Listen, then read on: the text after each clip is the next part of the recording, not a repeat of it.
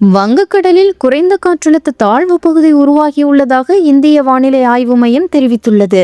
இந்திய வானிலை ஆய்வு மையத்தின் அறிக்கையில் வங்கக்கடலில் குறைந்த காற்றழுத்த தாழ்வு பகுதி உருவாகியிருக்கிறது. இது அடுத்த 24 மணி நேரத்தில் வலுவடைந்து ஆழ்ந்த காற்றழுத்த தாழ்வு பகுதியாக மாறும் என தெரிவித்துள்ளது. மேலும் தென்வங்கக்கடலில் வளிமண்டல மேலடுக்கு சுழற்சி நிலவுகிறது. இதனால் வறண்ட வானிலை நிலவும். ஒரு சில இடங்களில் அதிகாலையில் பனிமூட்டம் அதிகமாக இருக்கும் என சென்னை வானிலை ஆய்வு மையம் தெரிவித்துள்ளது. அத்துடன் இன்று முதல் ஜனவரி 10 வரை தமிழகத்தில் ஒரு சில இடங்களில் மிதமான மழை பெய்ய வாய்ப்புள்ளது. குறிப்பாக கடலோர தமிழ்நாடு, புதுச்சேரி மற்றும் காரைக்கால் பகுதிகளில் ஜனவரி 6 முதல் ஜனவரி 10 வரை ஒரு சில இடங்களில் லேசானது முதல் மிதமான மழை பெய்யக்கூடும் என்று வானிலை ஆய்வு மையம் தெரிவித்துள்ளது.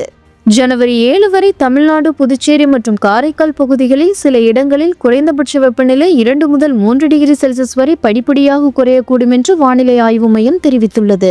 மேலும் நீலகிரி மற்றும் திண்டுக்கல் மாவட்டத்தில் உள்ள கொடைக்கானல் மலைப்பகுதிகளில் இன்று இரவு அல்லது அதிகாலையில் ஓரிரு இடங்களில் உறைபனி ஏற்பட வாய்ப்புள்ளது என வானிலை ஆய்வு மையத்தின் அறிக்கையில் தெரிவிக்கப்பட்டுள்ளது.